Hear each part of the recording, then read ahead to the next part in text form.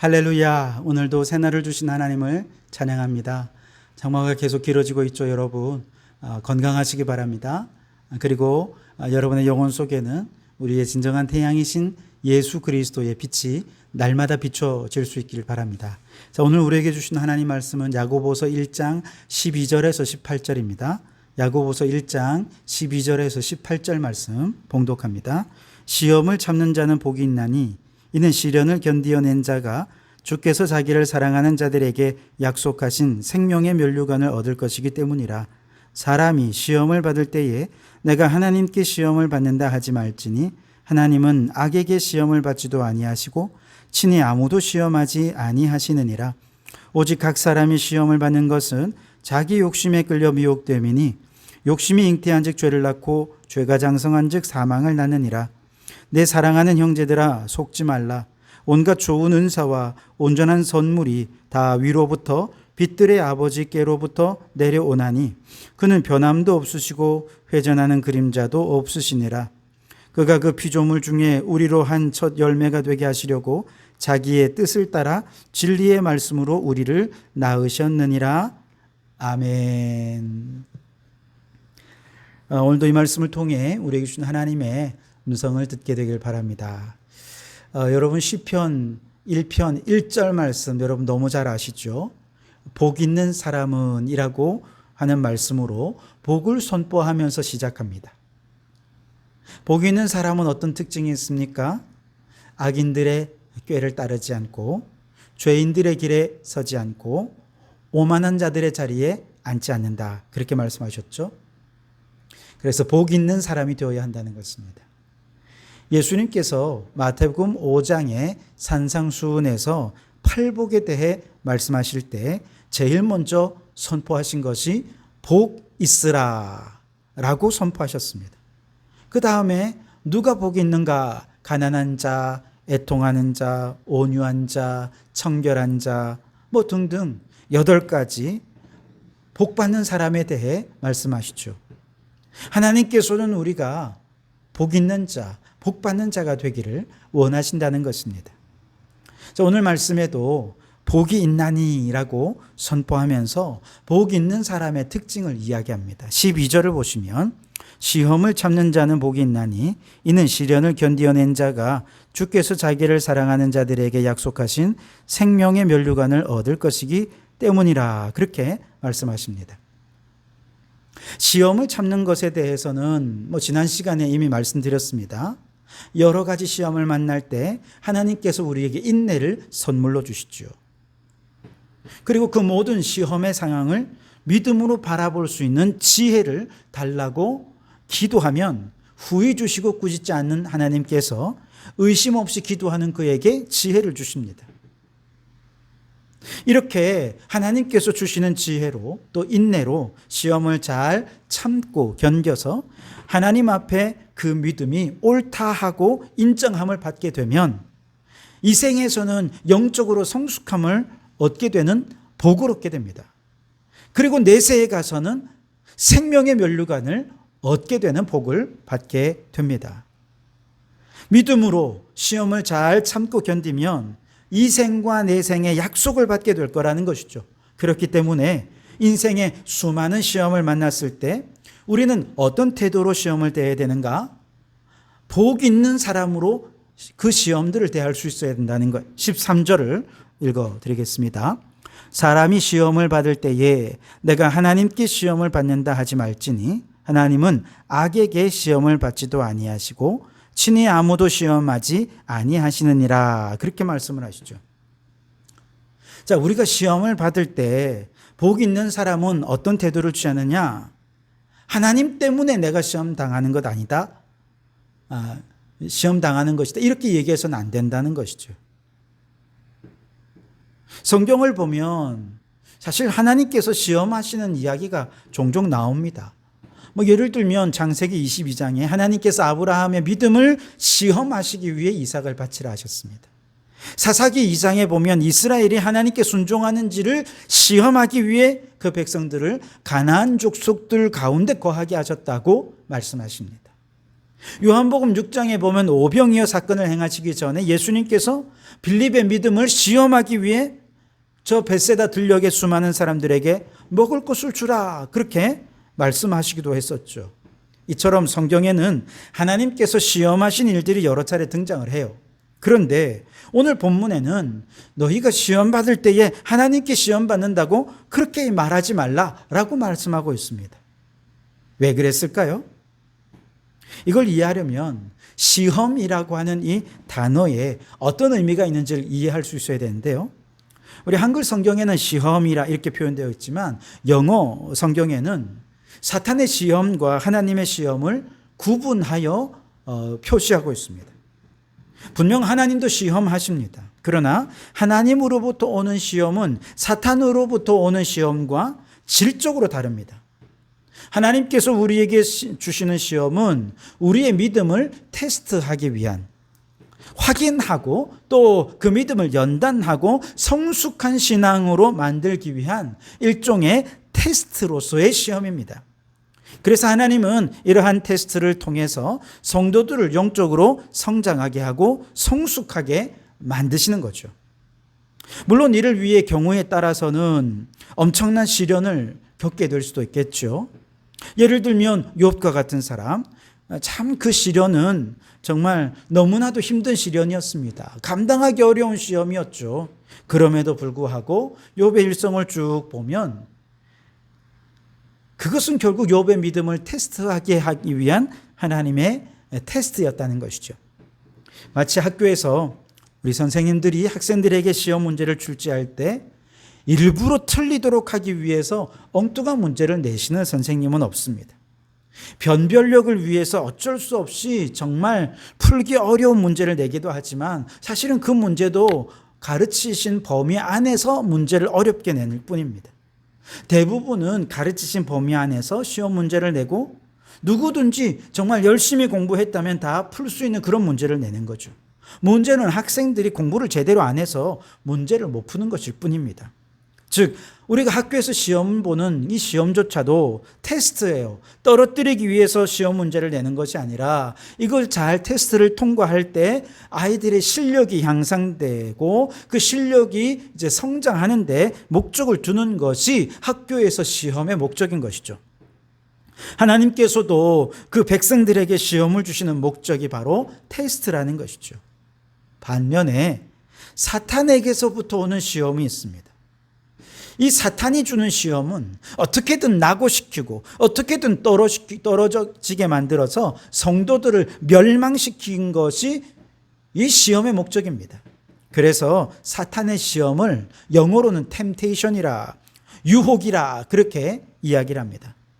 예수님께서 공생애를 시작하시기 직전에 사탄의 유혹을 받으셨죠. 이때 사단의 목적은 예수님이 하나님의 아들이라고 하는 정체성을 의심하고 무너뜨리는 데 있었죠.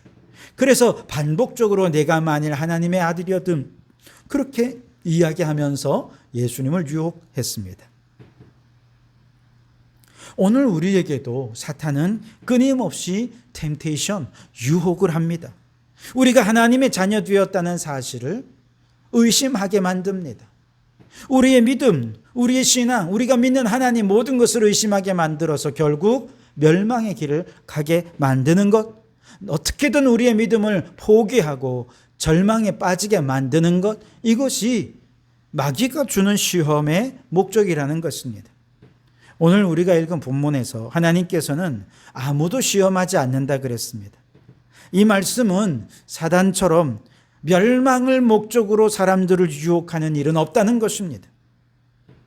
그래서 여러분 사탄의 유혹과 하나님의 테스트를 잘 분별하시기 바랍니다. 고린도전서 10장 말씀에 보면 하나님께서 우리에게 시험을 주실 때 우리가 감당하지 못하는 시험은 주시는 일이 없습니다. 혹 우리가 시험 당할 때 피할 길도 낼 수 있도록 해 주신다는 것입니다.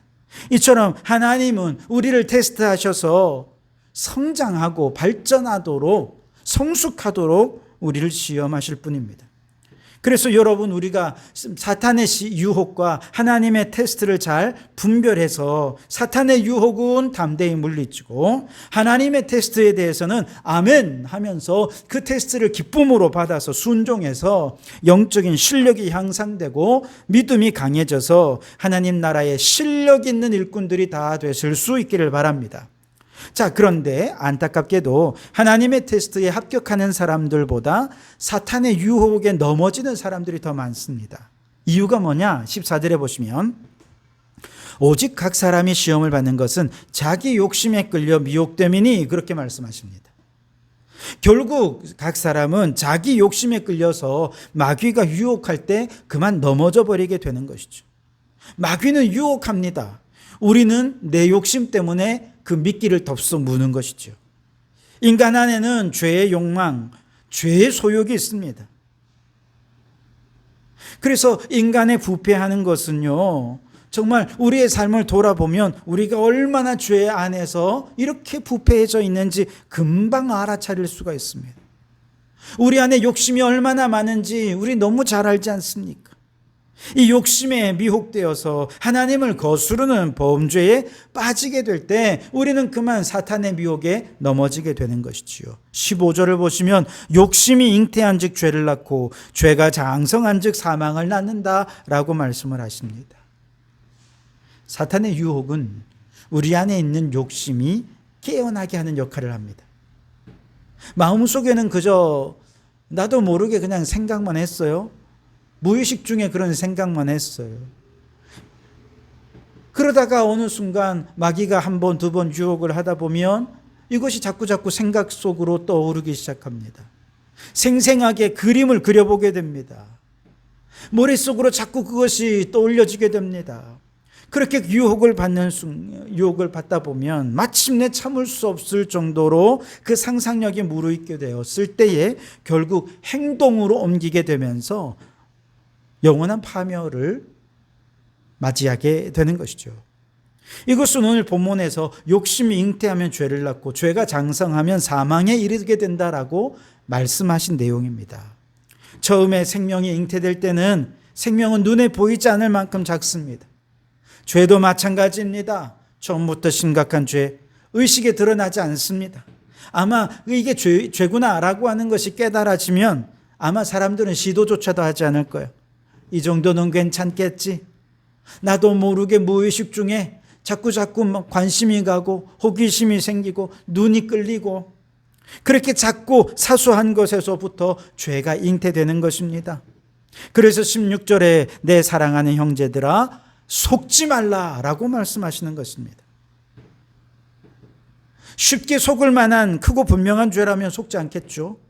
항상 속인다는 것은 이게 참인지 거짓인지를 분별할 수 없을 만큼 아주 사소하고 유사한 것에서부터 시작됩니다. 미묘한 차이입니다.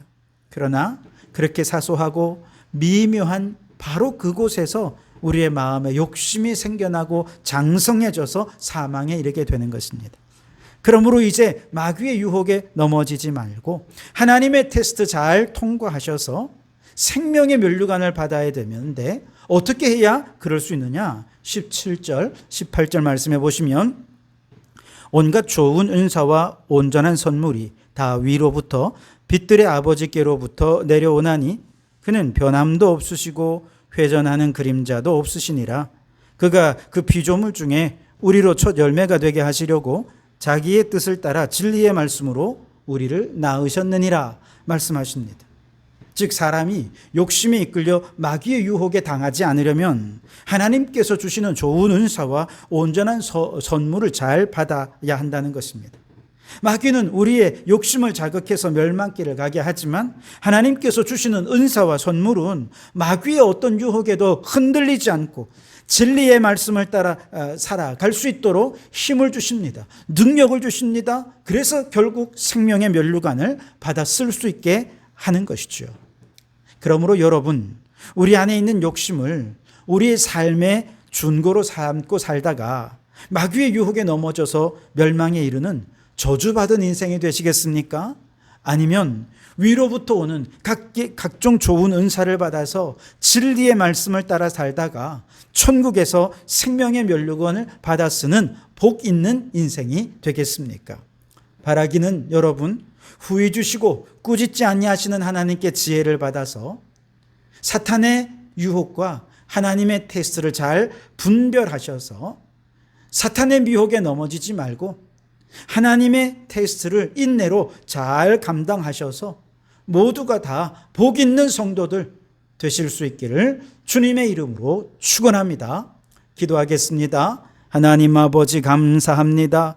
오 주여, 오늘도 우리의 삶에는 사탄의 미혹과 하나님의 테스트가 공존합니다.